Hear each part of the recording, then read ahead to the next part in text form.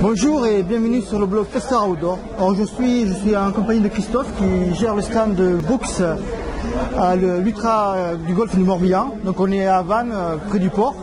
Et donc nous allons faire une interview sur les produits Brooks et en particulier les chaussures. Alors bonjour Christophe. Merci. Bonjour Jean-Marc, je suis en présence de Jean-Marc donc. Merci de nous accueillir. Nous allons commencer par faire un tour par les chaussures de trail si tu veux bien. Oui. Et donc je te laisse nous présenter quelques chaussures. Sur un premier modèle, par exemple, la Cascadia. Alors on va prendre plutôt le dernier modèle de la Cascadia, la fameuse Cascadia d'ailleurs, qui a un très bel aura, on va dire. Et on en est à la 9e édition, ça veut dire qu'elle a 9 ans cette chaussure. Ça fait à peu près, donc avec une année de moins, 10 ans qu'on fait des chaussures de trail. Donc bon, c'est évidemment une grosse légitimité sur la route que l'on a retranscrit sur le trail justement. Ce qui veut dire que la chaussure va être légère, dynamique, souple, stable et on va dire carénée trail avec un petit peu plus de crampons que l'on voit là.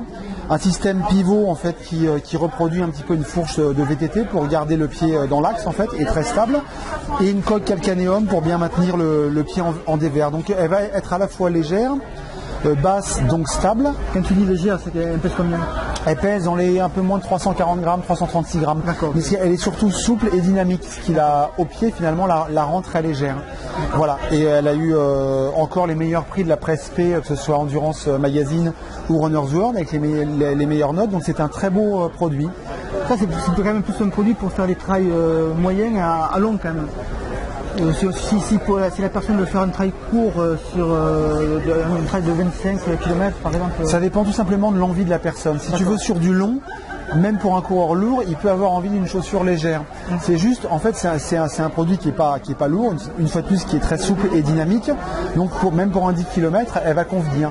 Comme pour de l'ultra d'ailleurs. Elle a beaucoup de, comme on dit, elle a beaucoup de pieds. Elle est souple et dynamique. Le drop est de combien là-dessus? C'est un drop de 11 mm. Alors après on a d'autres modèles, on a une Cascadia version light qui va être de 4 mm en drop, mais avec le même amorti au niveau de la semelle, même amorti et même dynamique, c'est la même recette on va dire, mais la semelle est plus fine que la Cascadia. C'est aussi une Cascadia numéro 9? Non, c'est la Pure Grit en fait. La Pure Grit, d'accord. Et la Cascadia numéro 10, donc pour célébrer ses 10 ans, ce sera l'année prochaine, avec un très beau nouveau modèle. Voilà. Qui sera plus léger encore ou qu'il y aura un peu de... Non, il y aura 5-6 grammes, elle sera plus polyvalente au niveau de l'accroche, terrain gras, terrain sec et même neige, avec un peu plus d'accroche et plus de structures différentes au niveau de la gomme.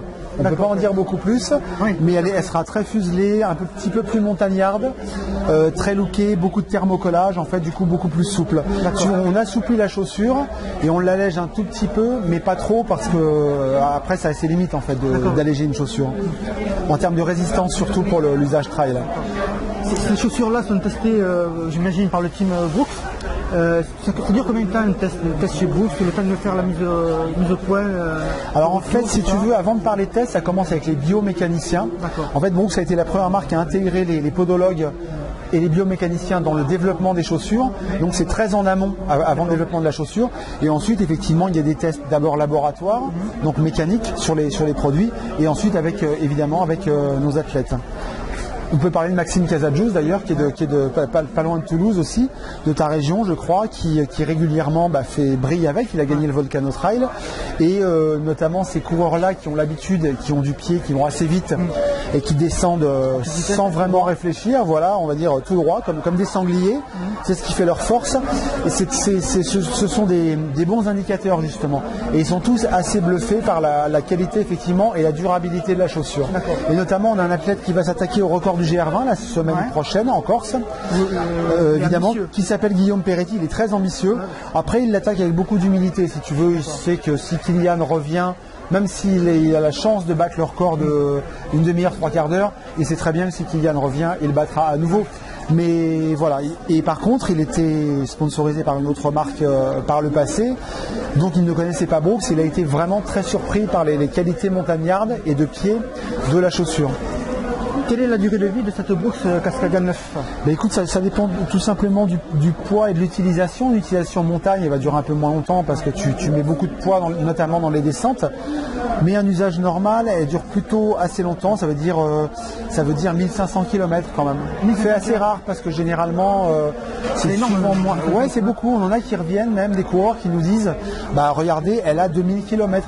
On leur dit que c'est pas l'idéal, mais la chaussure est toujours là, elle tient bien. On a une gomme qui ne s'arrache pas trop non plus, donc très intéressante. D'accord. Donc on va continuer le tour de visite avec. Allez, parce qu'on n'a pas que ce modèle. C'est le plus connu, mais c'est pas. C'est le plus connu, c'est celui qui a été le plus primé aussi. Exactement, oui. L'autre, on va dire, est plus. Alors on va parler du modèle, on va dire Cascadia Light, qui est la pure grit.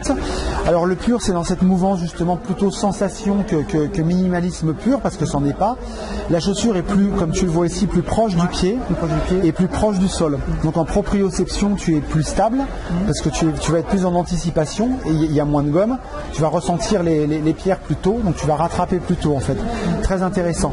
Et comme je te le disais tout à l'heure, en fait, tu as exactement les mêmes propriétés d'amorti et de dynamisme que sur la Cascadia. La semelle étant plus fine, elle durera moins longtemps. Pour le coup, tu feras, en fonction du coureur, 700, 800, 900 km. Voilà. Mais par contre, beaucoup de pieds, très agréable. Donc, chaussures beaucoup plus légères, effectivement. Il y a 100 grammes de moins, oui. 100 grammes de moins, ça se sent tout de suite. Oui. Au niveau du drop, parce que maintenant, comme il y a beaucoup de sujets sur les chaussures minimalistes, donc maintenant le drop rentre en jeu pour le choix des chaussures. On est sur un drop de combien là à peu près? Là, 4 mm. 4 mm quand on est, donc, comme on disait, à 11 sur la Cascadia. Donc là, on est sur un drop de 4 mm. Ça, c'est la pure grip 2. Et oui. Il y a la grip 3 qui arrive bientôt. Oui. Donc, tu es au courant de plein de choses, ça c'est bien. Exact. Elle arrive d'ailleurs dans une semaine. Une semaine, d'accord. Et elle a toujours 4 mm de drop, mais beaucoup plus d'accroche. Beaucoup d'accroche. Que ça change. Un support de voûte, et ils ont baissé à nouveau, si tu veux. Elle aura ces mêmes 4 mm de drop. Elle aura 14 mm, donc 1 cm 4 sur l'arrière et 10 sur l'avant. Alors qu'on était à 15 et 11 sur celle-ci. Donc elle va être un peu plus, elle est rabaissée. Exactement, elle a toujours 4000 de drop, mais elle est un tout petit peu plus basse, ce qui la rend encore plus stable. Ouais. Donc cette chaussure ultra légère, elle est conseillée pour quel type de coureur, pour quelle distance aussi? Celui qui a envie d'avoir des sensations juste pures pour le coup, tu vois, et à la fois du pied, qui aime le léger. Et je dirais que le léger, c'est presque plus approprié sur le long que sur le court. Sur le court, tu vas être plus dynamique. Par contre, sur le long, le fait d'avoir une chaussure plus légère, tu seras moins, entre guillemets, lesté au niveau des pieds. Donc, tu as moins de poids au niveau des hanches à soulever. Et je m'étais amusé à faire un petit calcul, j'en parle souvent aux coureurs, du léger sur le long, sur 100 grammes, puisqu'il y a 100 grammes d'écart avec une Cascadia, sur 10 km, donc 10 000 fois 1 mètre à peu près par foulée, ça fait 1 tonne. Donc 1 tonne plus 1 tonne, ça fait 2 tonnes au niveau des hanches, sur 10 km. Donc sur 100 km, ça te fait 20 tonnes. Tu soulèves 20 tonnes de plus avec une chaussure plus lourde. Voilà. Par contre, une fois de plus, ça il faut le dire aussi aux coureurs, elle durera moins longtemps. Mais l'amorti sera le même. L'amorti sera le même, d'accord. Après, elle est moins, par contre, pour reprendre l'exemple de Guillaume et du GR20, elle est moins carénée, donc elle est moins matiérée, donc moins de maintien. Il va faire toutes les montées et les parties roulantes avec celle-ci pour ne pas avoir de poids à traîner. Et sur les descentes, la Cascadia. Tout ça, il va prendre exactement. Une technique. Exactement. Voilà. Ok. Mais c'est parfait.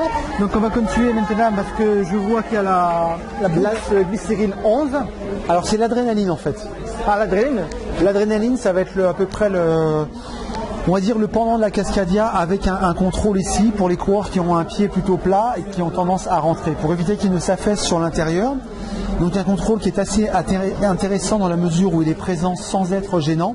Tu vois, tu as un vrai pavé, mais ce pavé est en diagonale. Donc en fait, il est là pour que la chaussure ne se déforme pas à long terme.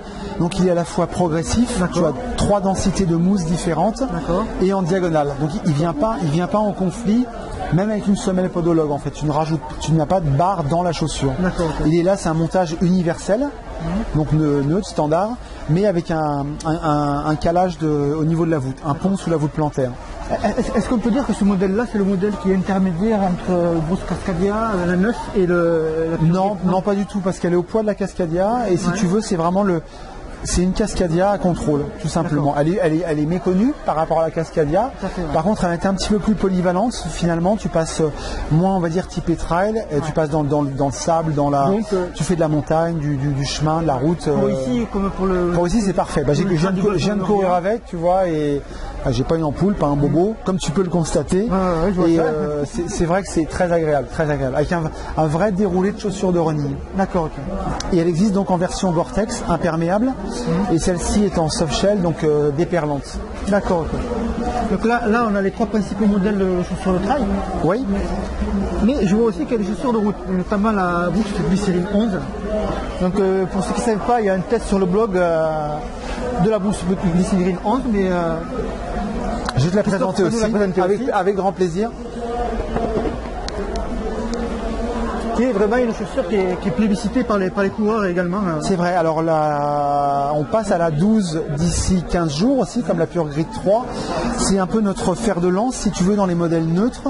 Et c'est vrai qu'elle a tout d'une grande, pour reprendre une publicité que l'on connaissait tous. Elle a en fait un petit peu comme la Cascadia, ce que certains podologues nous disent, et ce qu'ils aiment beaucoup, c'est cette assise sous l'intégralité du pied, sans corps étranger dans la mousse, donc ce n'est que de la mousse, et ils appellent ça l'effet banane en fait.